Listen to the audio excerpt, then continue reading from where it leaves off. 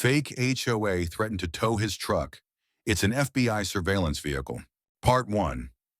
Maple Hollow was a neighborhood built on silence and suspicion. Everything looked perfect. Picket fences, symmetrical hedges, porch swings that no one actually used. But behind the crisp lawns and wind chimes, there lived people who smiled with their mouths and judged with their eyes. And none judged more fiercely than Karen Whitlow, the self-declared guardian of neighborhood standards. And there hadn't been a functioning HOA in years. Liability issues shut it down. But that didn't stop Karen. She printed her own flyers, monitored driveways, and wrote friendly warnings on fake HOA letterhead, complete with made-up bylaws and deadlines. So when a rugged black truck with tinted windows appeared on the corner of Sycamore Lane and stayed parked for more than 48 hours, Karen snapped into action. She marched right up to the truck and slapped a neon orange violation sticker on the windshield. Unregistered vehicle violating neighborhood policy, subject to tow within 24 hours. Then she took a photo of the truck and posted it to the community page with the caption, "We cannot allow suspicious vehicles loitering in our streets. Protect our kids. Take back our block." What Karen didn't know, what she couldn't know, was that the truck belonged to Special Agent Darren Cole with the Federal Bureau of Investigation. And that truck, it wasn't loitering, it was conducting an active surveillance operation on a suspected human trafficking ring. Part 2. Darren was used to being underestimated. As a tall, quiet black man in his late 30s with a calm demeanor and sharp eyes, people often made snap assumptions. But he'd learned to let his badge do the talking when absolutely necessary. That morning, after a long overnight shift monitoring the target house from his mobile unit, Darren stepped out to grab his thermos and saw the sticker. He read it once, then again, then slowly turned to see Karen standing on her porch across the street, arms crossed, satisfied. He walked over, professional and direct. "Excuse me, ma'am, did you put this on my vehicle?" Karen gave a tight smile. "Yes, I did. That truck has been sitting here for days and we have rules." Darren raised an eyebrow. "We don't have an HOA. "Well, some of us are trying to maintain order," she replied, smug. "And I don't know what you're doing parked outside this house, but it looks suspicious."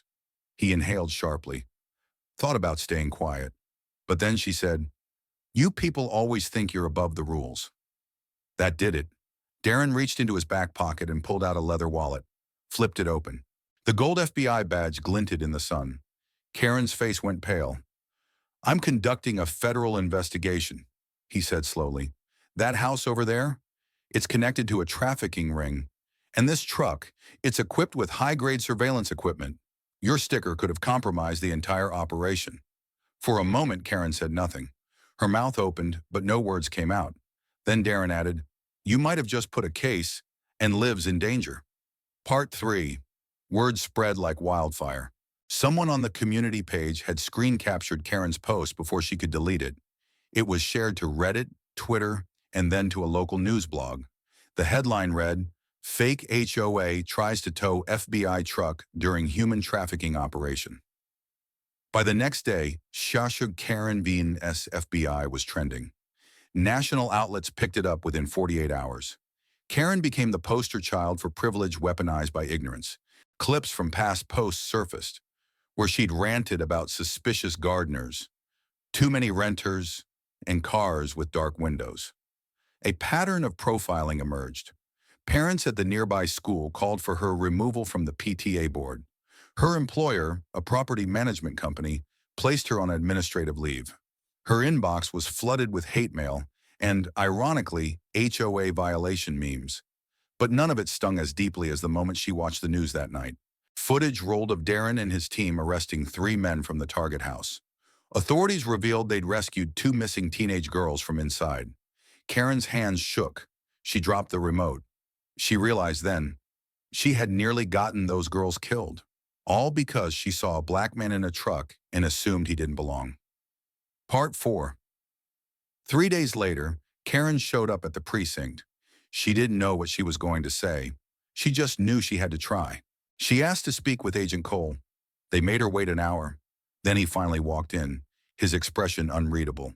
She stood, I came to apologize, she said, voice trembling. Not just for the sticker, for everything. Darren studied her. You know this happens all the time, right? He said. People like me getting profiled, questioned, reported, just for existing. Karen nodded, shame pressing down on her. I didn't see you. I saw what I was taught to be afraid of, she whispered. I was wrong. He didn't say anything for a long moment. Then finally, change it. Karen looked up. Excuse me? You want to fix it? Then change it. Talk to your neighbors. Volunteer. Teach your kids. Don't just apologize to me. Apologize to them. He handed her a flyer for a local town hall on racial bias and neighborhood safety. I'll be speaking there. If you mean what you say, show up. Part 5. 1 week later, Karen showed up to the town hall. She sat in the front row, nervous but still. When Agent Cole spoke, he didn't mention her name. But he didn't have to.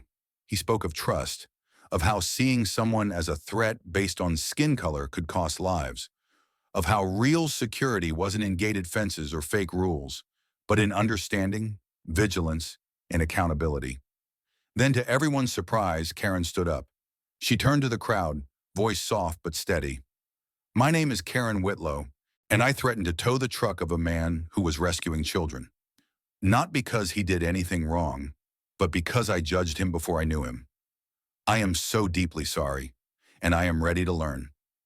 There was silence, then slow, hesitant applause, then more. Not forgiveness, not yet, but a start.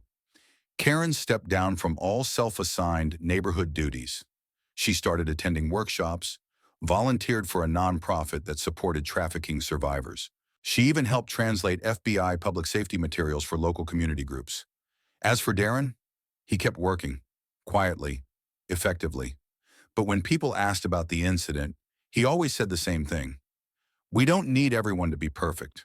We just need them to be willing to change. And Karen, she was. Finally. Side story. It was a quiet Sunday morning, nearly a year later, when a familiar rumble echoed through Sycamore Lane. The black truck was back. But this time, it wasn't there for surveillance. It wasn't tracking suspects or running equipment.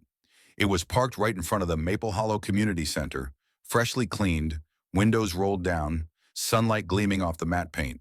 A banner above the entrance read, Community Safety and Awareness Day, hosted by the FBI and local residents. Inside, kids learned about fingerprinting. Parents listened to panels on bias and neighborhood safety. A booth labeled How to Spot a Scam drew a small crowd of seniors asking questions.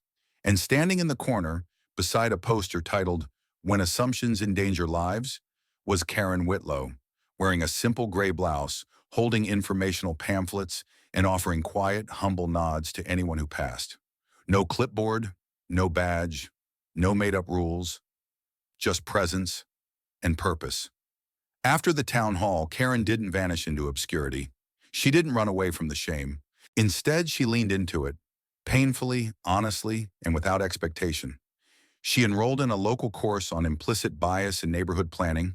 She began mentoring younger homeowners, especially white women like herself, on the difference between watching out and profiling. She gave a guest talk at a nearby middle school on how to apologize and mean it, and she never again printed a fake notice. Instead, she worked with the real city council to form a legitimate neighborhood inclusion committee, co-chaired by a diverse group of residents. Her voice, once used to threaten, was now used to amplify others. Agent Darren Cole never made the moment about him. After the arrests, after the backlash, after the apology, he simply kept doing the work. But behind the scenes, something had shifted. He was invited to join a federal task force on community engagement and race-conscious policing. He gave a keynote speech at Quantico titled, The Danger of Misinformed Eyes, When Perception Threatens Protection. But the one moment that stayed with him most didn't happen in a room full of agents. It happened on a sidewalk.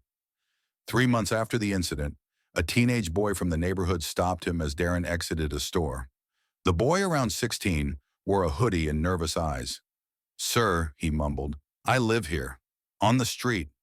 Just wanted to say thanks for not blowing up, for showing us how to Handle stuff better. He paused. I want to be a federal agent one day. Darren handed him his card. Then I'll see you at the academy. Strangely enough, that truck became a neighborhood legend.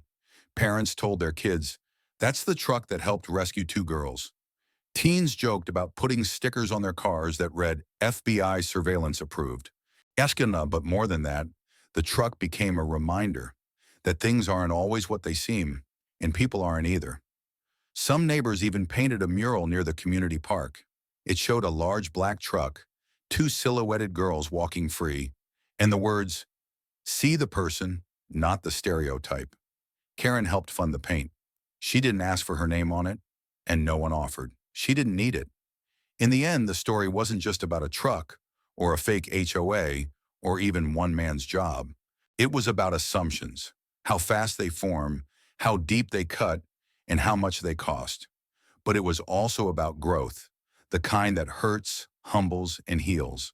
And in a world too quick to cancel, this neighborhood learned the slow, necessary work of redemption.